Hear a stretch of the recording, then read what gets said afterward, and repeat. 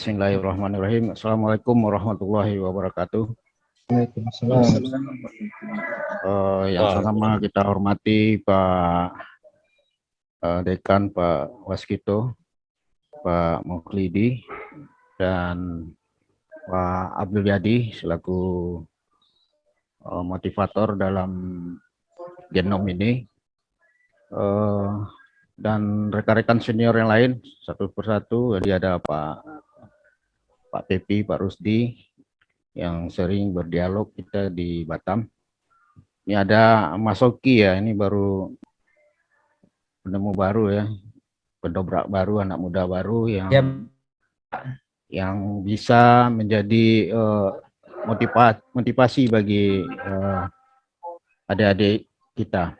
Dan selanjutnya yang berbahagia para mahasiswa. Baik, saya akan sampaikan, ini ada slide, saya akan buka slide. Ini sudah saya siapkan, mudah-mudahan bisa membantu pembicaraan ini.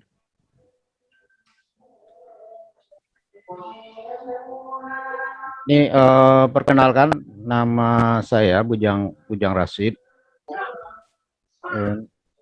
Ini kelihatannya Pak Mukhlidi ya? Jelas ya. Perlu slide show ya? Cuma slide show. Ini kadang ilmunya kadang-kadang nggak ketemu lah tuh. Oke, ini ya. Oke, saya angkatan 91 sampai 96, Agustus 96. Jadi lebih kurang 5 tahun di UMP ya. Ini permasalahan kok sampai 5 tahun, ini permasalahan nilai juga sebenarnya. Tapi mudah-mudahan tahun ini tidak ada masalah bagi masuk mahasiswa angkatan baru. Selanjutnya ini pengalaman kerja. Pengalaman kerja saya memang dari 988 sampai 96 itu masih sekolah, itu sebagai pekerja ya, pekerja teknisi di bengkel pendingin. Jadi kuliah sambil kerja, bagaimana kita bisa membantu orang tua gitu.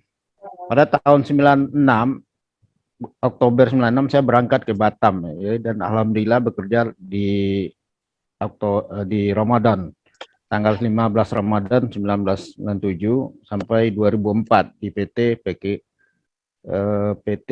NG Hemen yang nanti berubah-ubah ya, berubah nama perusahaannya. Ada PT Pelkin Airmail, yang terakhir dia berubah namanya Ecelitas. Ya, di perusahaan yang bergerak di bidang sensor. Dan pada tahun 2005 karena tidak nyaman lagi, saya pindah ke guru gitu di SMK Negeri di Batam.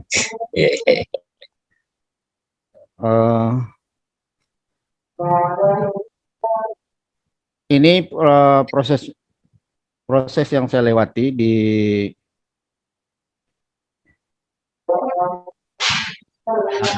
ini pengalaman dulu ya, jadi biar kita lebih kenal. Saya baru-baru ini 2019 sebelum COVID ke Cina, lebih kurang 1 bulan di Shaanxi Polytechnic Xi'an Institute di Provinsi Xi'an, negara Cina. Di Politekniknya, di otomasi industri. Setelah itu di Jerman di tahun 2013 selama 1 minggu di sekolah Electronic School Teknan, itu di daerah perbatasan di antara Switzerland, Austria, dan Jerman. Jadi di negara perbatasan. Dan terakhir 2009 ada di Singapura. Nah, jadi dari ketiga negara ini saya melihat ada sistem otomasi industri yang dilaksanakan di ya, atau istilahnya sistem vokasi lah yang dilaksanakan di Politeknik, di SMK. Itu rata-rata materi vokasinya itu memang 80%. 80% tidak sebanyak yang ada di negara kita ya. Negara kita banyak tapi tidak banyak memiliki materi tapi tidak dikuasai. Tapi kalau di sana materinya fokus tapi menguasai mereka. Nah, ini sedikit ini waktu ini sempat juga lah ke Paris ya sebentar. Nah, sekarang ini saya selama di perusahaan lebih kurang 9 tahun 8 bulan ya. Jadi cukup lama juga di perusahaan. Jadi di sana memang kita perlu ada improve itu. Kalau sekarang namanya inovasi yang dinamakan oleh Genom ini, bagaimana mahasiswa bisa berinovasi. Jadi setiap pekerja itu memang diharapkan oleh perusahaan harus berinovasi. Nah, makanya saya pernah mendapat penghargaan uh, pekerja excellent tingkat Asia region atau tingkat Asia lah yang dilaksanakan oleh perusahaan Perkin Elmer. Itu di sana saya melakukan improve bagaimana perbaikan mesin productivity ya, produktivitas dari sebuah mesin. Nah, jadi memang betul-betul kita diberi kesempatan untuk melaksanakan inovasi ya. Memang itu memang diharapkan oleh perusahaan. Nah, ini perlu juga adik-adik ketahui perusahaan ini ada di Batam ya di Batam. Jadi bisa aja dicek nanti di webnya excelitas.com untuk mengetahui apa sih produk-produk yang dia buat. Ya, seperti yang disampaikan oleh Mas Oki tadi, untuk memberi pengetahuan umum bagi kita. Kalau kita mau masuk ke sebuah perusahaan, itu akan mempersiapkan diri kita terhadap teknologi apa yang akan diharapkan dari kita untuk sebagai pekerjanya. Ya, ini perusahaan yang memproduksi sensor ya, sensor panas ya. Ada modulnya, ada yang thermal modul. Itu ada yang di bandara itu untuk men-scan bawaan para penumpang itu dari sini dia buat produknya ya. Jadi sensornya dari sini. Ada dan begitu juga nanti digunakan untuk militer infrared detector. Itu untuk militer itu, untuk sensor panas mendeteksi lokasi-lokasi yang akan dibom gitu ya oleh kemiliteran. Nah, ini rasanya kita bersalah juga ya waktu perang kemarin antara Irak dengan Amerika, itu memang sensornya dari sana. Ini Bapak para adik sekalian, ini saya akan berbagi saya berpengalaman ya selama saya di sana itu. Mana tahu nanti di program genom inovasi ini ada mesin ya. Di situ di perusahaan itu ada berapa land itu, ada land istilahnya ada front land, ada middle land, ada end land. Gitu. Jadi semuanya saya rangkum jadi sebuah mesin gitu. Jadi mesin cutting ya, mesin potong lah istilahnya. Nah, fungsinya apa? Itu memotong chip atau wafer yang sudah ada, keramik yang sudah ada, itu dipotong di sana. Nanti datang dari luar, nanti dipotong di perusahaan. Nah, kontrol sistemnya bagaimana? Ini kontrol sistemnya, ini mohon maaf saya karena ini berubah elektro, tapi tidak ada masalah bagi jurusan yang lain. Itu kecepatan motor servo. Itu kecepatan motor servo itu 30.000 RPM. 30.000 RPM motor itu untuk memotong ini. Nah, ini perlu ada posisi, nanti ada perputaran sumbunya X dan Y. Nanti kalau udah selesai posisi X, nanti akan motong lagi posisi Y itu. Nah, ini kontrol sistemnya ini berbasis elektronik. Nah, ini nanti bisa rekan-rekan adik-adik mahasiswa untuk kontrolnya berbasis apa gitu. Situ ada namanya lagi mesin capping ya. Mesin capping ini adalah memasang Windows-nya di area alat itu sendiri, detektor itu. Kan detektornya bahannya keramik, makanya base plate-nya itu berbahan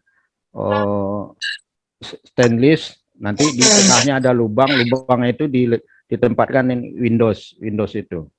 Nah, ini nanti diberi lem epoksi. Ini menggunakan mesin. Ini menggunakan mesin. Mesinnya itu bisa berbasis PLC, pneumatik, dan ada kontrol motor juga. Jadi ada basisnya, kontrol basisnya PLC, nanti didukung oleh pneumatik, dan ada motor servo atau motor stepper. Nah, jadi ini gambaran ya. Yang berikutnya ada mesin welding. Mesin welding ini melakukan pengelasan dua objek. Nah, ini nanti pakai kontrolnya PLC, motor, ada spot weldingnya. Itu tegangannya itu 1000 volt spot welding. Dia sifatnya sesaat aja. Jadi nanti bagaimana bentuknya? Ya biasanya kalau kita yang lihat di bengkel-bengkel las itu kan welding biasa teralis ya. Kalau di industri dia untuk objeknya ini kan sifatnya sesaat, sampai berapa detik, sekian milidetik udah selesai weldingnya. Ya. Itu mesin testing. Jadi nanti bagaimana melakukan pengukuran produk.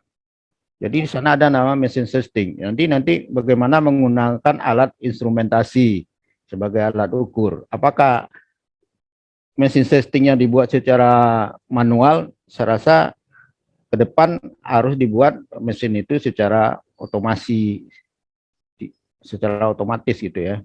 Mungkin nanti di perusahaan mungkin ada ketemu mesin-mesin manual. Tapi kita bagaimana mengimprove sebuah mesin ini menjadi mesin otomasi gitu. Berikutnya ada mesin wire bonding ya. Wire bonding ini melakukan penyambungan antar komponen dengan komponen. Nah, makanya nanti kontrol sistemnya bagaimana posisi EQ-nya itu menggunakan stepper motor dan pencitraan kamera. Jadi kamera itu nanti chip itu akan dilakukan pencitraan, pemantauan oleh kamera, sehingga kamera itu akan menyimpan data, sehingga nanti dia akan melaksanakan wire, penyambungan antara chip dengan chip itu. Nah ini teknologinya lebih canggih gitu, tapi nggak apa-apa saya perkenalkan supaya ada brand image-nya di adik-adik sekalian. Itu mesin penempatan komponen ya. Itu namanya day attack, mesin day attack lah istilah bahasa Inggrisnya, tapi kalau bahasa kitanya penempatan komponen. Jadi komponen-komponen resistor, chip atau kapasitor yang telah dipotong-potong tadi itu ditempatkan di sebuah base plate. Nah ini makanya perlu posisi juga, posisi EQ sama Z ya, EQ dan Z. Makanya perlu motor pencitraan kamera ya, elektronik. Jadi ini berbasis elektronik atau berbasis mikroprosesor atau mikrokontroler yang saya lihat. Saya tidak menjumpai mesin ini berbasis PLC, tapi berbasis mikroprosesor gitu. Itu mesin printing. Mesin printing melakukan labeling pada produk ya. Ini perlu juga posisi EQ, ini pakai motor stepper. Ini ada laser printing. Jadi ada dua metode, pakai laser printing atau pakai tinta atau ink printing. Nah, ini bisa dilihat ya, dilihat. Nah, yaitu mesin pressure yang ke-8 memberikan tekanan pada komponen untuk mengecek kebocoran las komponen. Karena tadi ada penyatuan dua logam yang di wire bonding, yang di welding, makanya perlu dicek kebocorannya. Karena kan tidak boleh sensor itu bocor. Ya. Kalau bocor kan terjadi korosi, ya, berkarat. Ini dihindari. Makanya ini ada timing, ada air pressure, ada vacuum motor. Nah, ini alat-alat yang saya jumpai di industri yang mana kita bisa mengimprove-nya ya, atau bisa membuatnya boleh juga kalau kita punya kemampuan daya inovasi yang baik itu. Tentu nanti akan dibimbing oleh bapak-bapak dosen gitu. Ini semua mesin ini dipakai di Indonesia sampai sekarang. Ya, cuma mungkin teknologinya yang mungkin berubah gitu ya, teknologinya yang berubah. Tapi basic programnya tetap sama, tidak mungkin gini. Nah, di sini ya, teknologinya di sini yang akan berubah nanti. Nah, perkembangan teknologi kontrol sistem otomasi itu awalnya pakai panel box. Jadi semua sistem itu pakai panel box. Ya, Bapak adik-adik lihat, bisa lihat di kampus ada panel box, lampu-lampu tegangan. Nah, sekarang panel box ini udah berubah, tombol-tombol berisikan hanya satu lembar layar aja, itu Human Machine Interface atau istilahnya HMI. Nah, ini kan bisa dari panel box dirubah menjadi HMI. Nah, ini bisa diimprove gitu. Jadi nanti kalau ada produk-produk yang punya panel box, itu bisa menggunakan tombol-tombol yang ada di HMI. Nah, ini menggunakan aplikasi program Wonderware, atau program Wintek atau program dari Omron yang punya HMI gitu. Atau yang berikutnya lebih keren lagi, supervisory control and akuisisi data. Nah, ini yang dibilang tadi oleh Pak Rusdi ya. Nah, sekarang sistem PLN sebagaimana mengontrol semua switching yang ada di Jawa Bali itu udah menggunakan supervisory control data, hanya di control room aja. Nah, ini bisa juga diimprove di kampus. Kampus itu bagaimana kita mendeteksi semua pemakaian voltase, tegangan, arus, itu bisa dikontrol dengan alat ini. Jadi kita bisa. Nah, yang lebih canggih lagi sekarang, mengimprove mesin itu IoT, Internet of Things. Sekarang kita mematikan lampu cukup menggunakan dari HP kita masing-masing. Ya, kita lihat bagaimana fitting lampu sekarang itu harganya 34.000, kita cuma pakai remote di HP aja. Jadi ini bisa diimprove. Ini basisnya mikroprosesor atau menggunakan Arduino gitu ya, Arduino. Ini Pak Muhlidi paham betul nih masalah ini. Ini bisa diimprove mesin-mesinnya. Atau pakai IoT, Industrial Internet of Things. Jadi di industri sekarang, waktu saya diklat di Bandung atau di Cimahi, PT Schneider ya, itu sekarang udah berbasis cloud ya, data cloud. Itu bagaimana sebuah mesin itu kita melihat data sheet-nya, komponen-komponennya, cukup dengan QR code aja kita bisa tahu gitu apa komponennya, berapa lama dia running, apa spesifikasinya, itu udah bisa dengan IoT ini ya. Ini teknologinya yang lagi berkembang saat ini, lagi hot ya. Ini tentu didukung dengan aplikasi program yang mendukung. Jadi ada di mahasiswa udah bergerak ke sini sekarang gitu ya. Walaupun Kang Abdul Yadi menyampaikan program 0.0-nya harus dikuasai sebelum masuk ke sini gitu. Itu area-area yang bisa nanti ada improve untuk sebagai genomnya gitu. Nah, ini ada mesin ya yang saya buat ya untuk sebagai media. Nah, ini mesin stamping ya. Ini ada HMI-nya ya. Ini bisa lihat ini. Nah, ini model A dan model B ya. Model A ini tidak ada HMI dan model B ada HMI-nya, Human Machine Interface-nya, dilengkapi dengan power lamp, sedang ini tidak ada gitu yang A. Nah, ini udah semacam improve ya. Ini bisa dijalankan melalui tombol yang ada di depan dan bisa juga dijalankan melalui tombol yang ada di HMI ini. Nah, ini semacam improve juga. Orang-orang industri akan sangat senang dengan para pekerjanya, para karyawannya yang melakukan improve seperti ini. Apa yang dibilang tidak merusak sistemnya, kita tidak merusak, cuma kita menambah supaya alat itu bisa lebih optimal lagi, bisa diberdayakan lagi gitu. Alat itu bisa bekerja lebih efektif dan efisien. Mungkin itu dari saya. Selamat berkarya dan berinovasi. Terima kasih atas waktu dan kesempatannya. Mudah-mudahan muncul ide-ide dan karya-karya yang terbaik dari anak-anak FT UMP sehingga keberadaan UMP di mata nasional dan internasional semakin bagus. Wabillahi taufiq wal hidayah. Assalamualaikum warahmatullahi wabarakatuh.